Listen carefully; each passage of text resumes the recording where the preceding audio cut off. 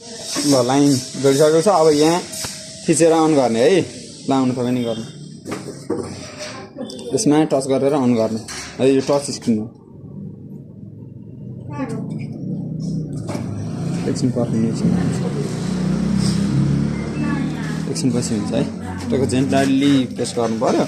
अनि त्यसपछि अहिले प्रोग्राम अटो देखाइरहेको छ है।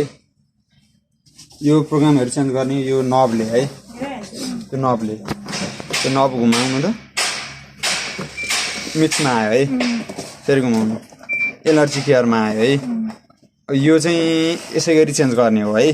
अनि स्टार्ट पद चाहिँ यो पनि स्क्रिन टच हो है, स्क्रिन टच हो। यिनीहरू सबै स्क्रिन टच हो। तपाईँको कटन भनेको चाहिँ कटनको लुगा भइहाल्यो है। यसमा चाहिँ डिटर्जेन्ट हालेर स्टार्ट गरे पछाडि टाइम देखाउँछ है, लगभग 1.5 घन्टाको आसपासमा देखाउँछ टाइम। मिक्समा पनि त्यही हुन्छ। एलर्जी केयरदेखि चाहिँ सिधै टाइम देखाउँछ है, 1 hour 47 minutes यो भनेको चाहिँ। अनि एलर्जी केयर भनेको चाहिँ कसैलाई केही कुराको एलर्जी हुने छ भने यसमा राखेर धुनु पर्यो है, बुझ्नु भयो नि। अनि तपाईँको क्विक 15 भनेको चाहिँ अब तपाईँको एकचोटि मात्र लगाएको लुगा छ, चोख्याउनु पर्ने जस्तो भनौँ न, त्यो छ भने मैले छैन भने क्विक 15 मा राख्ने हो। घुमाउँदै क्विक 15 मा चाहिँ 15 मिनेटमा सागसुटुले काम गरिहाल्छ। डेलिकेट भनेको चाहिँ तपाईँको सफ्ट खालको कपडा छ भने यसमा राख्नु पर्यो है, बिग्रिने टाइपको। अनि फेरि रिफ्रेस भनेको तपाईँको यो त्यही भने नि मैले होइन, अलिकति गनाउने खालको छ भने यसमा राखेर उ गर्ने। बेबी केयर भनेको चाहिँ बच्चाहरूको लुगा भयो है, बच्चाहरूको। अनि बेडिङ भनेको चाहिँ तपाईँको बेडसिटहरू भयो, बेडमा युज हुनेहरू भयो। अन्डरवेयर भएको अन्यको अन्डरवेयर भइहाल्यो। स्पिन भनेको यो अटोमेटिक गर्छ। सेल्फ क्लिन भनेको चाहिँ यो ड्रम क्लिन हो है, ड्रम क्लिनिङ गर्ने हो। यो चाहिँ तपाईँले 30 चोटि लुगा धोइसके पछाडि एकचोटि यो ड्रम क्लिन गर्नुपर्ने हुन्छ। अनि रिमोट भन्ने अप्सन चाहिँ तपाईँको वाइफाई कनेक्ट गरेर एपबाट अन अफ गर्न मिल्छ है,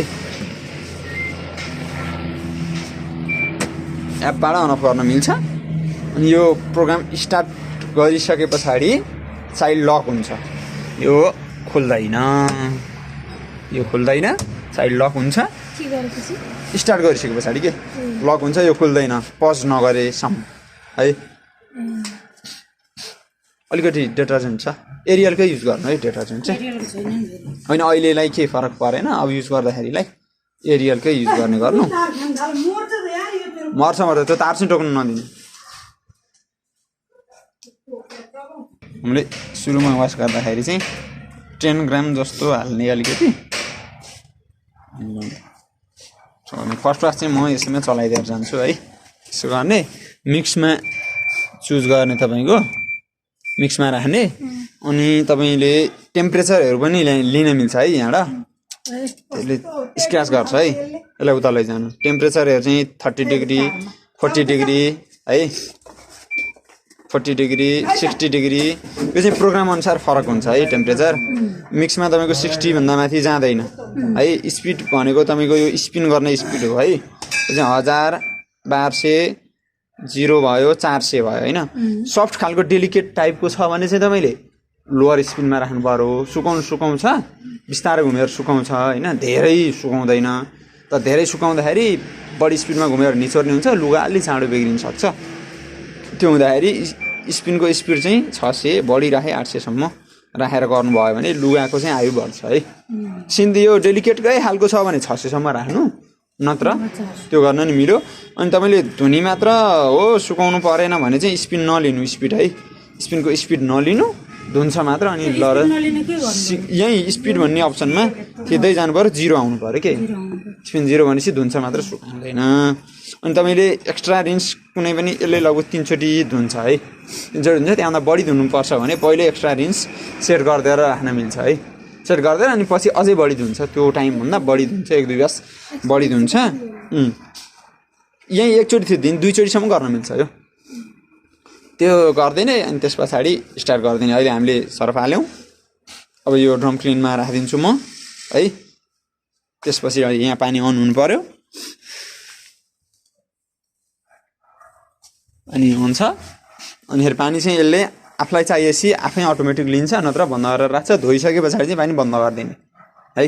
पानी बन्द गरिदिने बत्ती बन्द गर्ने अनि लुगा निकाल्ने सुकाउने पानी बन्द गर्न यही गर्नु पर्यो यहाँ गर्नु हुन्छ अनि यहाँ गर्नु उता उतालाई मुनिको हो त त्यो त खुल्लै छ है ठिक छ त्यो भयो यो भइहाल्यो अब म स्टार्ट गरिदिन्छु यसलाई यो चलिसक्छ त्यस पछाडि उ गर्नु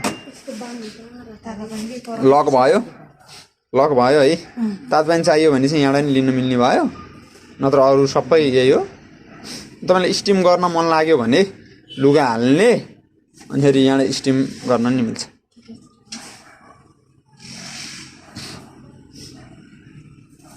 यो चाहिँ डिडी मोटर भएको हुनाले लेस नोइज हो ड्रम घुमिरहेछ भित्र तर तपाईँले घुमेको साउन्ड आउँदैन चलेको साउन्ड आउँदैन अरूमा कराएको आउँछ यसमा चाहिँ चलेको साउन्ड पनि आउँदैन त्यसरी चल्छ भाइब्रेट पनि हुँदैन